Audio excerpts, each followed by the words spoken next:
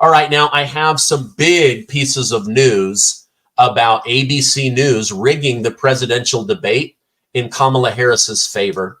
The further we get away from this story, the more it becomes credible. Think about that. That's just the opposite, right?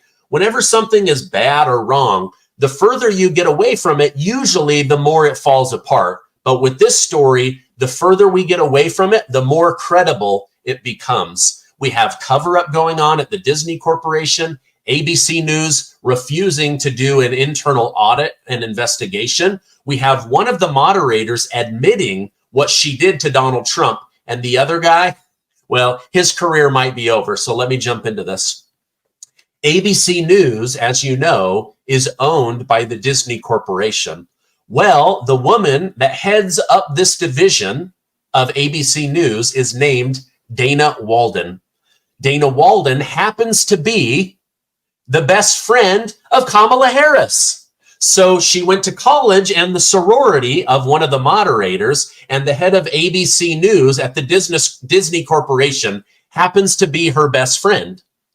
Now, she has been asked multiple times if the debate was rigged or if questions were shared with Kamala Harris before the debate. Well, she's refusing to answer.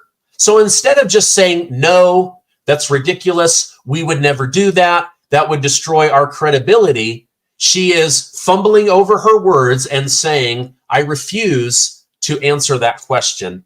Now listen to this. Online sleuths have been digging in. And guess what? Dana Walden, the head of ABC over at the Disney Corporation that happens to be best friends with Kamala Harris, donated $20,000 to the Harris-Biden campaign last year. $20,000, no small amount of money. Now, billionaire Bill Ackman, who's recently been red-pilled and gone from a lifelong Democrat to panicking that the United States is going to collapse and now becoming a raging Donald Trump fan, he is saying that he is going to be meeting with the SEC to force them to launch an investigation into the Disney Corporation and ABC News because of the fact that they're not willing to address this issue. Now, listen, the people high up at ABC News, they would have what we call plausible deniability. They would say, listen, we investigated this. We found out it's true. We're distancing ourselves by firing those people, and ABC News goes back to business as usual. But they're not doing that. They're saying, wait a minute, no, we're so embarrassed, and likely this leads to high up people. And so they are fighting back. Now, Bill Ackman is calling on Congress to issue subpoenas to these executives as well as the two moderators from ABC News. However, listen to this. Linsey Davis, who moderated next to David Muir, she admitted in an interview that she was tougher on Trump than Kamala and only fact-checked Donald Trump because she was disappointed in the way CNN's Dana Bash allowed Donald Trump to talk too much and leave open answers. So we at least know that one of the moderators, whether they leaked the questions or not, admitted in a public interview to going easy on Kamala Harris and only going hard on Donald Trump because of a personal grudge that she holds. Hello? Are you kidding me? We have got to boycott these people. And that's exactly what's happening.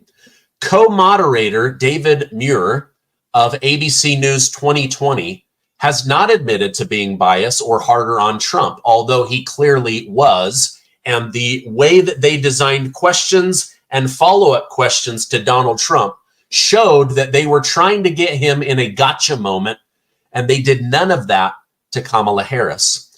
However, the American people saw through it, and his TV ratings have dropped by 12% in viewership as people are beginning to boycott his show. Now, even if it stays right where it is, this 12% drop, David Muir could be in danger of losing his job. ABC News cannot afford to have a 12% drop, because what happens is sponsors go, wait a minute, you had a huge drop in popularity, a huge drop in credibility, and a huge drop in viewership. We're pulling our ads from your show. And that's how things implode. I mean, think about this. Look what happened to Chris Cuomo over at CNN. Same thing happened. Major drop in ratings, major drop in ad revenue, drop for Chris Cuomo. The same thing happened to Don Lemon. Drop in popularity, drop in credibility, drop in ads, drop in contract, right? Now, David Muir is praying that things don't get worse. Now, what's interesting is his viewership is mostly made up of Democrats and independents. So if even they are feeling that he was being favorable to Kamala Harris and personally biased against Donald Trump, they're the ones leaving this clown. It's not the hardcore MAGA Republicans that are leaving him. It's his own people that are going, dude, not cool, man. You should have been fair and unbiased. Now, as of last night, Congressman Dan Muir and Roger Marshall say they are trying to whip the votes in order to force ABC executives and the moderator to come forward and answer for the whistleblower allegations and the letter. They also hinted as if they know who the whistleblower is and that they've been able to confirm these details, right?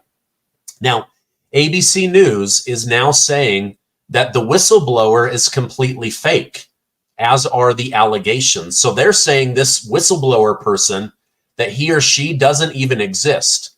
They say, we did not share the questions with Kamala Harris. We did not even share practice questions with Kamala Harris.